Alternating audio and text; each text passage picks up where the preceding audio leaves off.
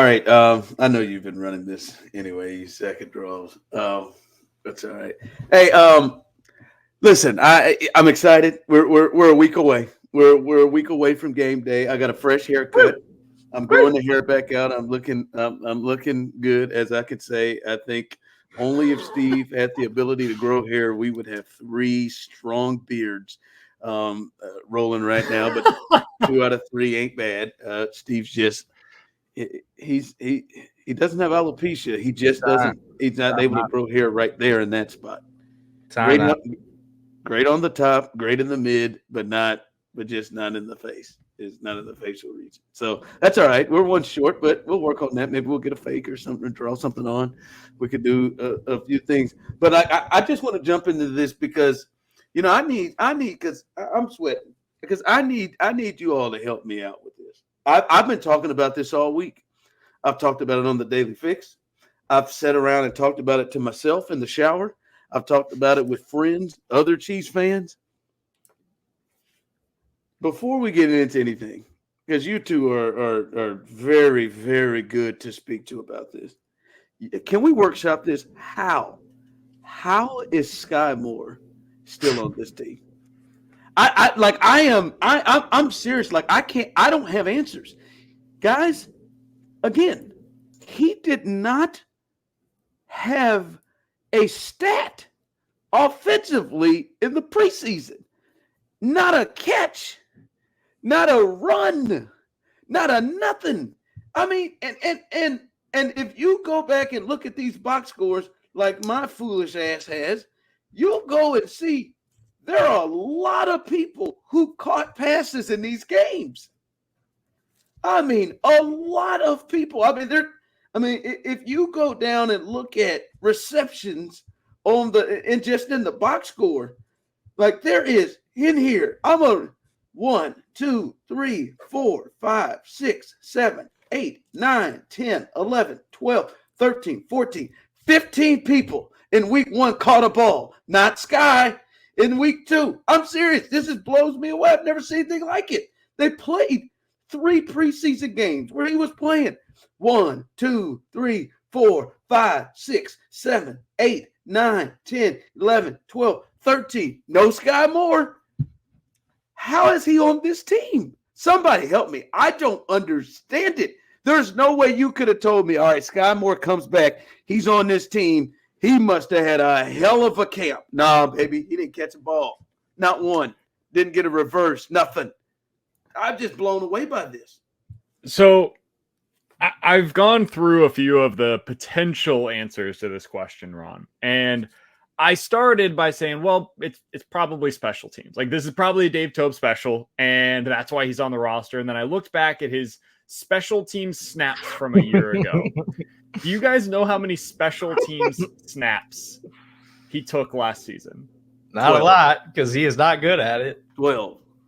And I'm talking total. Like this includes punt return, kick return, everything. I'm sticking with it. I'm staying with my 1, 2. I'm going to say 7. I'm going 12. Serda's really close. He had 6 special team snaps the entirety of the 2023 season. Now, back in 2022, he played 31 special team snaps, which is something, I suppose. It's not a lot, though. So that's not the reason why. So let's go ahead and cross that off the list. Maybe it's his return ability. Well, that's probably not it. You got to catch it first. He had one return in the last preseason game. Yeah, but you have McCole Hardman, you have Xavier Worthy, like you have other guys that you would assume are taking on that role. So I don't think that's why he's on the list. I think it comes down to this. I think it's twofold, Ron. One, and you're not going to like this answer. No, I need help. I want to hear something because I haven't come up with anything. One, he knows the offense. And he knows I'm serious. He knows all 3 different wide receiver positions. And so if there is an injury and Justin Watson, for whatever reason, has been kidnapped and is also unavailable, he can go in there and play any of the positions that you need him to. So that's one reason. The second reason, and I think this is really what happened, Ron, they didn't lose anybody by keeping Skyy Moore. Like the alternative was keeping one of Remigio or Justin Ross. Those guys are on your practice squad anyways. So it's not as if you ended up losing anybody by keeping Skyy Moore here. And so it just became roster math of somebody else probably takes a chance on Skyy Moore just because like there's bad, like the Carolina Panthers. What do they have to lose? All of their receivers suck. Let's go ahead and bring in Skyy Moore and maybe see if there's anything there that they can use. That wasn't the case for the other guys that they decided to cut. So I think it just really came down to that is, hey, we can keep these guys here via the practice squad. Might as well go ahead and keep Skyy Moore around. It's like a baseball team that has options on an outfielder. And they're like, hey, this guy that we're keeping on the major league roster to be our fifth outfielder, is he better than the one that we're sending down to AAA? No, but the guy that we're sending down to AAA has options and the other one doesn't. So we're playing the roster game here. I think that's it. It's not a sexy explanation, but I think that's the only one that makes sense. But I mean, at least with those two, though, there was a chance you could have lost them, right? I guess they played the odds. They ended up being right. Like they did it, and apparently they were right about it. So credit where it's due. It worked, and ultimately that's what they're judged on. Yeah, I feel like the Chiefs have had a pretty good read at that stuff, like the last few years. Like the guys that they don't think will clear, and the guys that they expect to clear, and they can come bring them back later or whatever. But I just don't think they're ready to give up on a second round pick. Like this is just, we've seen them cut draft picks before. And I think Kamal Hadden didn't even make the roster, correct? Like he was a draft pick from this rookie class. Like that happens sometimes when he's a late pick. It just seems Lucas like Niang, they're not ready. third round pick from a couple of years They ago. let his ass go. Like they're just not ready to give up on Skyy Moore for whatever reason, even though we have seen nothing through 2 NFL seasons to suggest that he belongs on an NFL roster, let alone the Super Bowl champion. But I'm serious. I'm serious. What? Seriously, guys, I'm not even being a jackass when I say this. What is his role? I told you, he's your 7th wide receiver. Like that's it. It's that simple. He's the guy that's going to be around. I do wonder what. Do what? Is he a gunner? No, he doesn't have a role. I bet they don't he's trust inactive. him to play special teams at all. I bet you he's inactive against the Ravens. He won't be on the 46 or whatever it is now. Like he's going to be one of those guys that is on the 53, but on game day is listed as an inactive when they don't have enough injured players to do so. I just you generally you think, all right, 7th receiver. This is a gentleman who, I don't know why I called him a gentleman, but this is a guy who's going to do multiple things. Like, all right, he's a returner. No, like I'll run out there and get arrested before I let him get back there and return. I will run out there, not nude, but in full clothing to not allow him to return kicks. You think, all right, this is a guy that is going to be a gunner, be a part of this in some form or fashion. But no, his role is 7th receiver. Just the 7th receiver. That's his role. It's just to be the 7th receiver. Nothing else. Nothing else. And maybe the backup returner. Like how many guys has to go down before he's the returner? 3, probably, right? Am I wrong? I don't even I feel like they'd put Justin Watson back out there before. That's what I think. Yeah. That's McCole, Worthy, and Watson. Those would probably be the 3 that have to go down before Skyy Moore ends up back there. Oh man, I just whatever. Here's the question though, Ron, and I hate to be the pragmatist here, but like, who's the guy that you wanted to make the roster that didn't because Skyy Moore did? That's really the question. Because if you've got an answer to that question of like, hey, they could have kept X, Y, or Z, and instead they kept Skyy, I'm more than happy to listen to that argument. I just don't really have somebody that I was like really holding on to that I was like, man, I thought this guy was going to make it. He had such a great camp, and now he's no longer here. And the reason he's no longer here is because Skyy Moore made the damn roster. Like I don't have that guy. So well, first off, like I understand I understand it worked out, but I would have easily had Ross on there ahead of him, that they got him back. But like to me, I'm serious. I would have carried Niang. I would have carried another offensive lineman. I wouldn't have had 7 receivers. Like I'm not like, to me, the whole deal is one, like there's no improvement at all, none at all. And you got a guy on your team that doesn't have a role. right? Like there could have been not even another defensive, somebody else that's another special teamer that helps you on special teams in some way. Like I think it's a little bit of everything that we're saying here. Of a little bit of what Serda said is, hey, they don't want to just say sayonara to a second round pick this quickly, or they don't want. I don't know what it is, but like it will take it. The crazy thing, it will take a lot for him to serve a purpose. And I wonder how many guys on the field that are hell. I mean, even some of the backup linemen get in on special teams on field goal. Like, my God, I mean, he doesn't serve a single purpose. It is interesting too, like when you move on from Kadarius Toney and you keep Skyy Moore, and there was legitimately no question about it, like about whether or not you were going to keep Skyy Moore over Kadarius Toney. Like we all knew it was coming. But Kadarius Toney has proven he is a much better NFL player than Skyy Moore is, and a much more serviceable player. He's just unreliable, and it felt like that relationship was just totally broken. Like I think that the Chiefs do truly like buy into that stuff, and they love the locker room guys, and they love like character and things like that. And Skyy Moore must have a lot of that because they're still buying into something as a player that he hasn't shown at all in the NFL. He must be just a really good hang. Like Skyy must be an all-time great hang. He's Jarek McKinnon. He's Jarek McKinnon. Everybody loves Jarek McKinnon. And Clyde, like Clyde knows about Jarek McKinnon. And Garrett Dieter made the roster because he's a good hang. Because he like didn't practice. Clyde wasn't at camp really. Like he didn't participate. And there's reasons as to why. Go easy on it. Go easy. No, I know. I'm just saying I understand there are legitimate reasons as to why, but ultimately it became a football decision, and they kept 4 running backs on the roster, one of which I guess you could say is a fullback technically, but Clyde's one of them, and they did it because they're like, yeah, everybody likes Clyde. I would also add this, Ron. If you said like, hey, what is more likely to happen? Skyy Moore active games? Like which number will be higher? The number of games that Skyy Moore is active, or there will be like multiple players that start the year on the practice squad that are active for more games than Skyy Moore? I would say like I would go with the practice squad guys. Like Matt Dickerson is probably going to play multiple games for this team at defensive tackle, I would assume.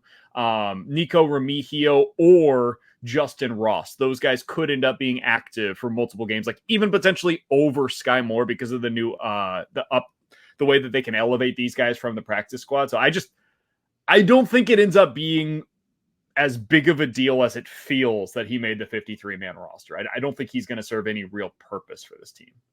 Yeah, I don't understand it. All right. So we have at least the 53, the practice squad, the 69. By the way, what a real sick human. You could have added 17 extra players or 15 extra players, but somebody felt the need to add the perfect number to get to 69 from the 16 practice squad players. So what a real sick person that is. I think it's Troy Vincent, if I had to guess, who's made that rule. But this 53, and it's always fun to do this, and I think this one may be a legit thought.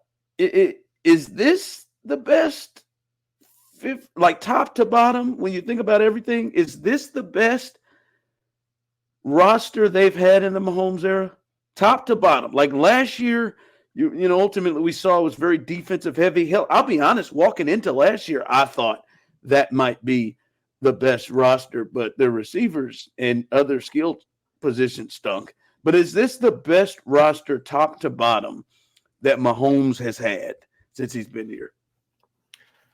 I would say yes. And it's because of the balance. Like this, it kind of, I think it's between this team and what they had in 2022 in terms of like the best overall roster. The team that lost to the Bengals, right? No, the team that won the Super Bowl against the Eagles. Because remember that team, like they were amazing, so incredibly efficient offensively. And then defensively, that was kind of the start of like, okay, it's getting better. It wasn't great yet, but you could kind of see it coming with L'Jarius Sneed, where he took a significant step. They had a bunch of young talent that was starting to develop on that side of the ball. They were getting more interesting on that side. And that was the year that they had traded Tyreek Hill. And like repurposed all of that money to kind of expand what their roster was. So I think 2022, you came into it and you felt really good about the team, and then ultimately you leave winning the Super Bowl against the Eagles. So it worked. I think this is going up against that. And I think just like, I feel better about your wide receiver core this year than I did that season. And I think the defense is pretty damn good.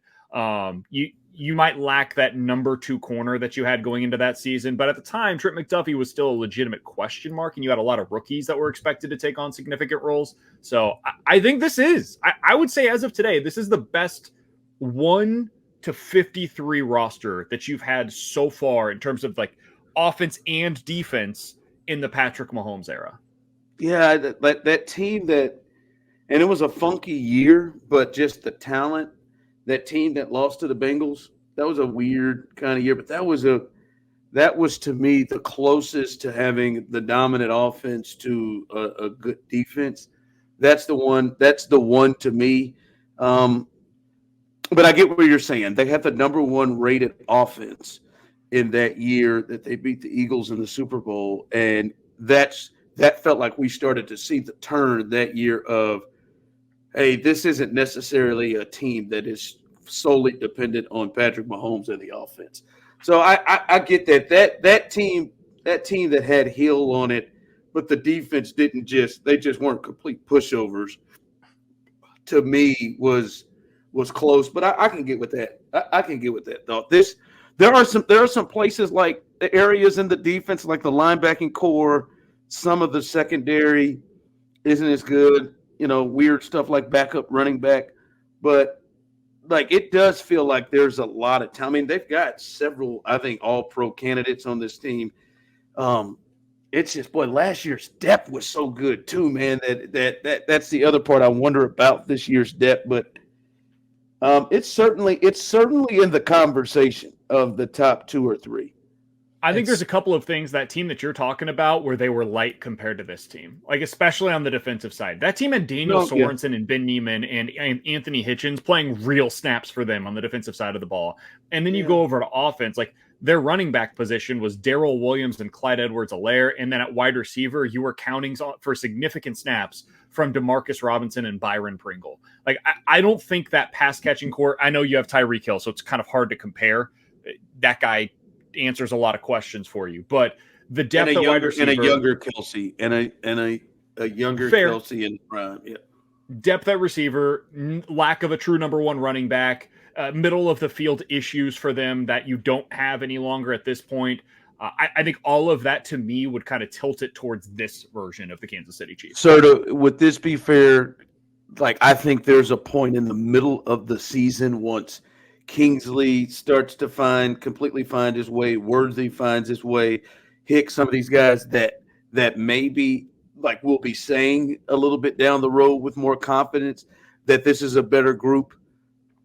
Yeah, I think that there's certainly questions about the depth of, especially on the defensive side of the ball of this team. But again, they're not like they're small red flags, but they're not red flags enough to where I'm totally out on the Chiefs defense. Like, I still think that this defense is going to be really good. It's just not going to be one of the best defenses that we've ever seen, like they were last season, which is typical for the NFL because defenses typically don't carry over year to year in the NFL. It's really hard to replicate that because offenses adjust and players change up and whatever. So it's really hard to do that stuff year over year on that side of the ball anyways. But Steve Spagnuolo has always been really good at just being like, we're going to find a way to make it work. Even if we're not a top 5 defense, we're still going to be like a top 12 defense. And that's more than serviceable for a Chiefs offense that I think is easily going to be a top 5 offense. So when you're talking about balance, like on both sides of the ball, I think there's a strong case to be made, even with the defensive question marks and all the young talent on that side of the ball, that the potential of this offense with the weapons that they have and the offensive linemen. And then you talk about like Kingsley and the early returns on him are like, man, you might have found a starting left tackle in the 2nd round that's going to be a day 1 starter for you. And they have already made it clear that he is that, at least up until this point. So we see him in the regular season. Like, and then the defense is going to be functional enough. And hopefully Jaden Hicks does wind up being a star player. Hopefully Jamari Conner takes a big leap forward in year number 2. And Trent McDuffie is a lockdown outside corner that we all believe that he can be. Like, I think all of those things are very possible. And I trust the coaching staff to get everybody to live up to the potential. And then you have Patrick Mahomes and Travis Kelce at the end of the day. So I do think this is the most balanced this team has ever been on both sides of the ball. That's fair. And the depth is the part that kind of gets me, but I guess we should trust that the Chiefs will be able to figure out the depth and maybe even the depth pieces that we don't know of, because they seem to do that. They seem to be able to have guys down at the bottom of the roster that we're not thinking about to give you big, like hell, Bush, some of the guys in the secondary that was playing in the AFC Championship game, giving big minutes. So that it probably should be fair to maybe trust a bit of what Brett Veach and Andy Reid have done at the bottom part of the order. I mean, the bottom part of the roster. I think that's the spot that Brett Veach doesn't get enough credit for. Because, like, I think a lot of people still kind of harken back to the Dorsey days and are like, man, that guy knew how to find blue chip talent. And they're not wrong. Dorsey knew how to go out there and, like, if you needed a superstar, he was going to get you one. Yeah, front line. The problem was, like, everything else. He did not know how to build the connective tissue of a championship contending team. And Ron, how many times have we talked about this? Like, you get into playoff games or you get into November and suddenly there are real snaps that have to be taken by, like, your number 3 safety or your number 4 linebacker or a defensive tackle that didn't start the season with you. And that's where I think Brett Veach doesn't get enough credit. Like, he went out there at this year's cut down day and brought in all of the most of the things that we were talking about a week ago. Like, how many times have we brought up Samaje Perine's name on this podcast? Like, a dozen? Because he does everything that we said. Hey, you need a guy that can come in and play in pass protection and give you some good third down snaps, because that's not where Isaiah Pacheco is at his best. And you have not replaced Jerick McKinnon, and there is nobody on the roster that was going to be able to do so. And so what's he do? Cut down day comes, Samaje Perine becomes available. Everybody assumed he would be going back to Cincinnati. Nope, he's going to Kansas City. And that's the perfect guy to bring into this team. Cam Thomas, another spot that we talked about that they were a little light at was defensive end. You need somebody that can just go out there and, especially for the first 6 weeks or so, give you snaps. Come in and give you competent snaps. And so they make a deal to go out there and get Cam Thomas. They also made a deal to get Peyton Hendershot, who can come in, and he's a 4th tight end. I don't think that's going to matter that much, but he can help them on special teams. They're small moves that will not get a lot of headlines. But when you look back at this offseason in December, one of those moves is probably going to pay off in a really meaningful way at a minimum, and maybe as many as 2 of them. So that's the kind of thing that Veach does that a lot of general managers, they kind of punt on at this point of the year. They say, okay, we've got our roster. We like our guys. Brett Veach is always looking to upgrade the bottom of the roster, and that churn is something that he does that a lot of general managers avoid, and it's something that helps them win in December and January. Yeah, it's often not stars like the guys that we think of that have to step up and be a part of this. And be honest, the guys that he has just added here late, I kind of like what you've seen. Perine, obviously, we know a lot more about, and you can see that fit there. Clyde, by the way, check that out. And then the Cam Thomas kid, I've watched some tape on him a little bit with the Cardinals. Especially while Charles Omenihu is going to be out till November at this point, which we got that reported earlier this week. They definitely needed some of that extra help. So I hope there's some guys down there in that secondary in that cornerback position that we don't know about that's really able to step up. And this is the most extreme example of this, but like Charvarius Ward was that kind of player. Yes, like he was a throwaway trade that everybody was like, what are they doing there? And then Charvarius Ward, all pro last season, like for the San Francisco 49ers, who was amazing for the Chiefs during his time here and was a really underrated player. But they seem to always find those guys who, like BK said, it's like they just fit what the Chiefs need them to do. Like they know exactly like the type of player that they have to come in and fill those holes. And like, we don't necessarily need you to be a superstar. We just need you to play your role. We need you to be good at playing your role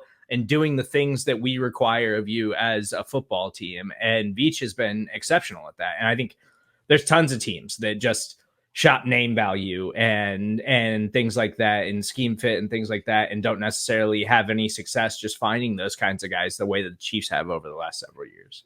I just appreciate that he's willing to add talent at every opportunity available to you. Like add talent in the offseason via trades, via free agent signings, add talent via the draft, move around in the draft. Once you get to camp, add another free agent here or there, make a trade at the end of the cut down days. And then into the season, like we know he's going to be aggressive, even if it's not always like the biggest names that we all want him to go after. He's going to add somebody at the deadline almost every single season to shore up one of their biggest deficiencies. And then it's just like veterans that he brings in especially on the defensive side of the ball. Mike Edwards, Deion Bush, Mike Pennell, Carlos Dunlap, this year, Kim Thomas. Like those are the kinds of moves that a lot of general managers overlook and don't place the same amount of value on. When you know your team is going to be playing into January, and the Chiefs certainly will. Eric Scott, another guy that I didn't even mention, they brought him in as a depth corner after cut down as well. Like those are the kind of moves that will pay off big dividends. Somebody among that group that I just mentioned will have a big moment when we get down the stretch this season. Well, speaking of people they brought in here of late and in the last week, they brought back Juju Smith-Schuster. Now, I have some opinions and some thoughts on Juju Smith-Schuster, but I am really dying to hear. We have not talked about this since. I am dying to hear when you all first heard that Juju Smith-Schuster was being signed and returning to the Kansas City Chiefs and was going to be on this roster. Your thoughts? I was like, cool. I don't know if he can run and move anymore, but it's fine. I don't expect Juju to be playing 85% of the snaps or anything like that. My immediate thought was it's unfortunate that Skyy Moore is no longer going to be here. Like that was it. I thought that was the roster spot that he would be taking because I didn't think they would end up with 7 wide receivers going into week 1, but we know Hollywood Brown's not going to play in that one. So I suppose it's technically 6. I don't expect him to have a significant role. If Skyy Moore is your 7th wide receiver, I think Juju Smith-Schuster is your 6th. I think the value there is it's an insurance policy, right? It's a super cheap insurance policy on, hey, if Rashee Rice ends up for whatever reason, and I don't think any of us are anticipating this at this point, but if something new comes out and in week 10, he were to get suspended for 4 games, Juju can go out there and give you 4 weeks of adequate slot snaps. And you know he's going to line up in the right spot. He's going to catch the ball when it's thrown to him. He's going to make some contested catches, and he can give you like 4 for 40 in 4 consecutive weeks. And that's not necessarily something that I can count on for example, Skyy Moore. So he ends up coming in and helping you out in that regard. He's an upgrade over my guy, Nico Remigio. So I get it, but I think the name at this point far outweighs what you're expecting from his game on the field. I'm not going to lie to you. This was my thinking. Because everything you heard, and I listened to people talk about it, hey, you know, this is a guy that has had success in this offense. He knows the system. He knows Patrick Mahomes. Like, he knows them. There's a comfort level there. That's why they brought him.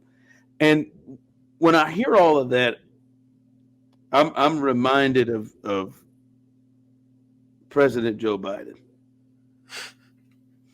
Oh, I'm reminded of Joe Biden. And my thought is, yeah, there was a time in 2020 where we knew Joe Biden. And it was like, yeah, we know Joe Biden. We know Joe Biden. We know what he's about. He's been here forever. We're familiar with him. And then, bam, he can do the job. And the Democratic Party put him forth, and he was there, and he won and was able to win and do the job. Then they tried to say, yeah, we know Joe again. But in 2024, yeah, we know Joe. We're familiar with Joe, but Joe couldn't get the job done. Joe couldn't do it. And I'm wondering, like, which Juju are we getting? Are we getting the Juju that we know and we're familiar with that can still add something, or are we getting the 2024 Juju that could be the 2024 Joe Biden? Are we getting the Juju that, yeah, he's familiar, he knows everything, but he can't play. He can't get the job done. That's my thinking is, what do we get? I know he's familiar with the offense. I know he knows I know he knows the offense like the back of his hand. I know in his mind he knows exactly what he needs to do to play off Travis Kelce. But I don't know if he can still do it. Hell, he just got cut by the Patriots. Like, I know he can think it. Yeah, but look at their receiver room, man. It's loaded. They've got a lot of guys in New England. Tyquan Thornton, man. Really. I mean, hell, the Chiefs are keeping veterans like Skyy Moore. So hell, I mean, they let him ride. That's my thing is, yes, he is very familiar with the offense, and he has a chemistry with Patrick Mahomes. That don't mean a damn thing if he can no longer play to the ability of getting open. Like, I understand, like, yes, hey, Kadarius Toney you can't depend if he's gonna catch it or whatever. But you know, but Juju, you know he'll catch it. Yeah, but can Juju get open? Like, I mean, that's just my thing. I don't know. I'm not saying. I mean, it didn't look great, but I just don't know if he can still get the actual job of running and getting open done. It's just, in my mind, it's strictly a Juju, we're going to give you like 10 to 12 snaps a game. And we know that you're going to be in the right place at the right time. And we'll scheme up some short underneath stuff for you to get you some space and get you some receptions and things like that. And they just know that they can rely on him in that role because he has done it for them before. Whereas players like Kadarius Toney and Skyy Moore, who is still on the team, have not proven they can reliably do simple things like that. And so to me, it's just strictly we know we got Hollywood Brown, we got Rashee Rice, we got Xavier Worthy. We love the potential of those three wide receivers in this offense. And then after that, it's question marks. So Juju just provides a little bit of a safety net in there where it's like, now you don't want to have to lean on Juju Smith-Schuster in the year 2024 to play a significant amount for your offense. But in case of emergency, you can put him out there and he's at least going to be in the right spot and he's not going to mess things up for you the way we saw the Chiefs wide receivers do over and over again last year. Here's a question for you, Ron. All right. Who has more snaps for them this season? Jared Wiley or Juju Smith-Schuster? I hope Wiley. God, he's so good. You see him? Quiet preseason. I don't know. But like, I hate to bring this up, but if you haven't seen the TCU Baylor game, I'm just telling you, go back and take a look at it. I'm just throwing that out there. Just go back and take a look at it. The reason I bring that up, like, Serda, you said 10 to 12 snaps a game. I'll take the under. I think he gets that while Hollywood Brown is out. And then, like, if you end up seeing somebody else go down injured, whether it's Worthy or Rice, maybe even Watson, like, okay, yeah, then maybe you could once again see him getting those 10 to 12 snaps. But when you've got a full roster, a full allotment of your receivers, I'm not sure he sees the field. Like, I think he's just one of those guys that ends up becoming this year like a legitimate depth piece. And if somebody goes down, you know you can put him into the slot for those 10 to 12 snaps that Serda's talking about. But in the meantime, like, I expect very little from Juju. I think this is – I'm trying to think of a good comparison for like something that the Chiefs have done where they brought in a big name player at a position of need and then they didn't really end up doing much. I can't think of the exact like right opportunity for that, a comparison for that. But I would say less than 10 snaps a game by the end of the season is what I'm anticipating from Juju. Yeah, we'll see, man. I thought it was interesting. We'll see what he still has on the table. The way you just said it, that's two receivers that do nothing, that don't enter the game. As we've just discussed, Skyy Moore is just standing with nothing. Watson's going to get his 15 snaps a game. I hear you. I'm just saying there's two guys that don't do special teams or play on the offense that are on the roster. Two. The thing is, though, Ron, like we're talking about the fifth and the sixth wide receiver on the roster, right? Sixth and seventh, sure. So McCall might be a strict return guy this year, like the way they were deploying him in the preseason. That's three of the receivers that don't play. Go look at other teams and look at their 5th, 6th, and 7th wide receivers, and like let me know what you're expecting their role to be. Like, can you name the 5th and 6th wide receivers this year for the Cincinnati Bengals? A competitor in the AFC. Like, let's play this game real quick, just to like remind ourselves that what we're talking about here is the most trivial of potential issues. Bronson, I think I got Bronson the top Reed. 4. I got nothing else. Trent Irwin. There you go. There's one of them. Yep. 16, 1-6. I like him. Yep. I am not familiar with this other man's work. They have a Charlie Jones who wears the number 15, and I could have made that name up.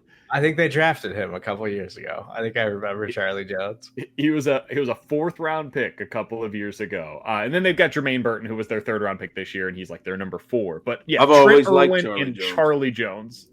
Yeah, that's fine. I'm not talking about the Cincinnati Bengals. What I'm talking about is they brought in Juju Smith-Schuster, who is on a leg, to come in, okay, to play. Now, did the 5th receiver have to play last year for the Chiefs?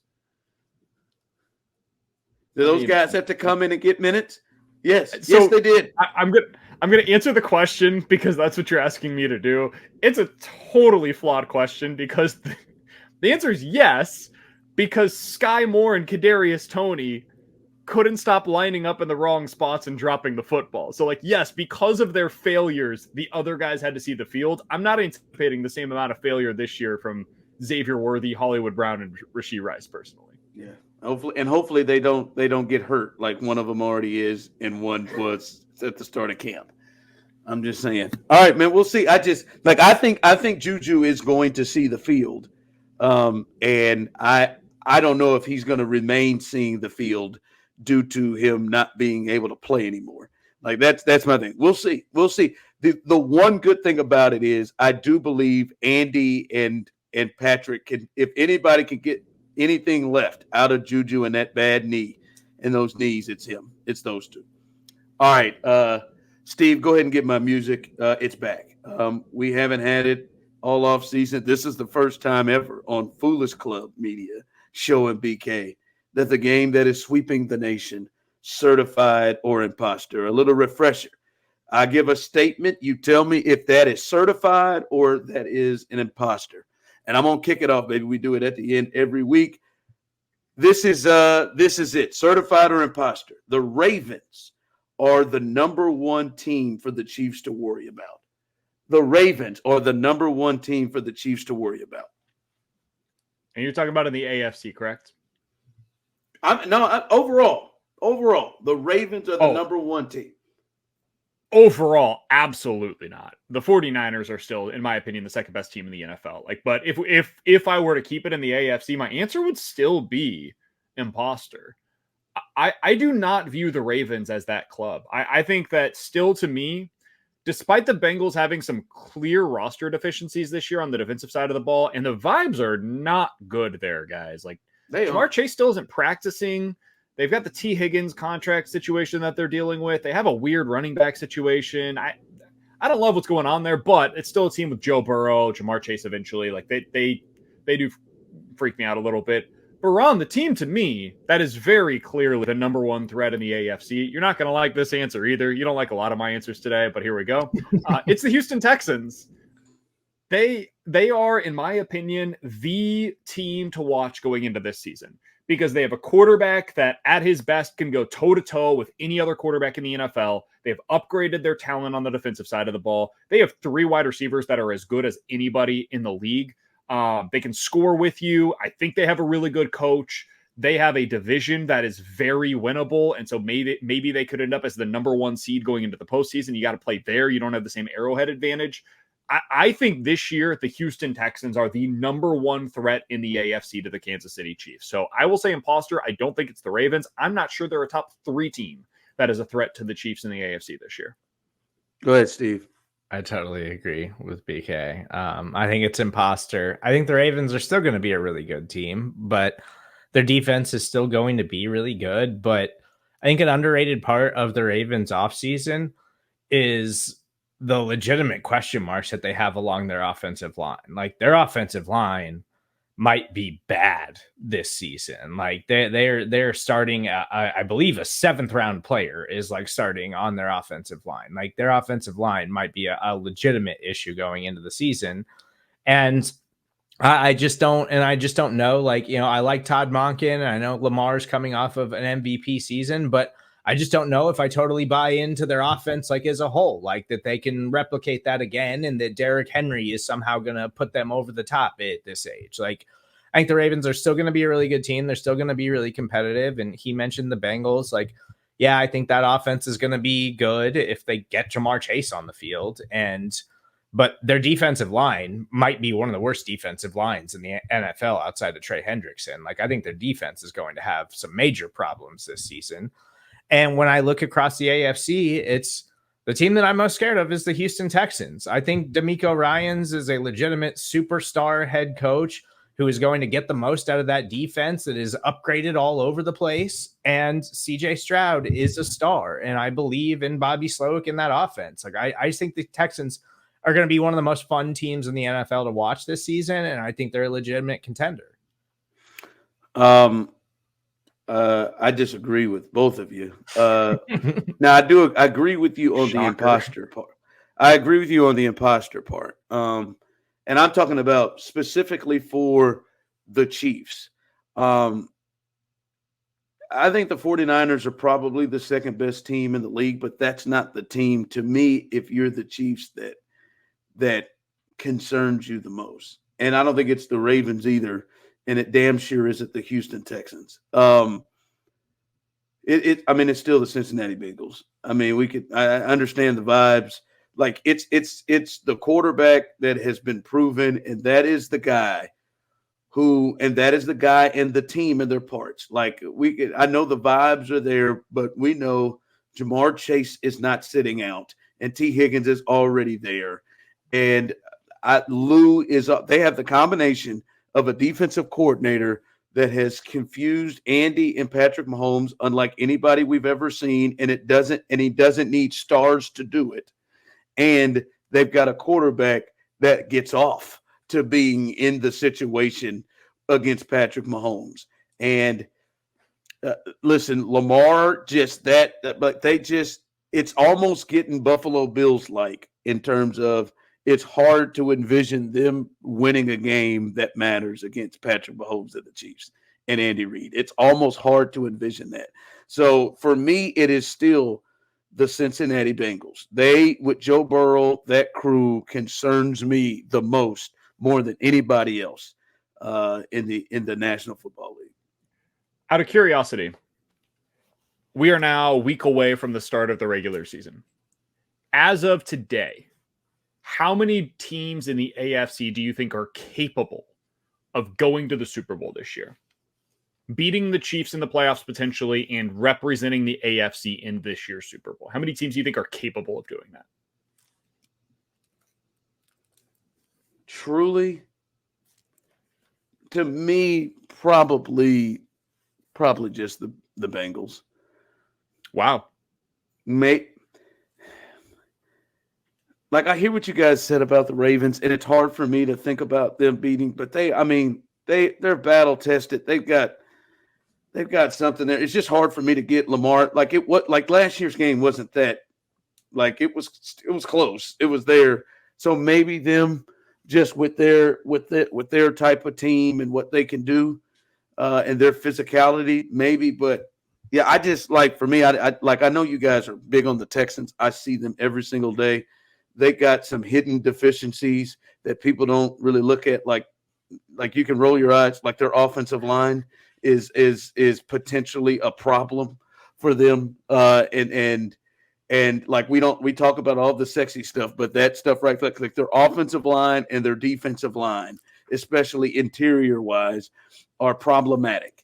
And so this is their first year, like being in a different spot where people are targeting them. So I don't know that they're ready to do that yet, but I mean, they have a lot of talent.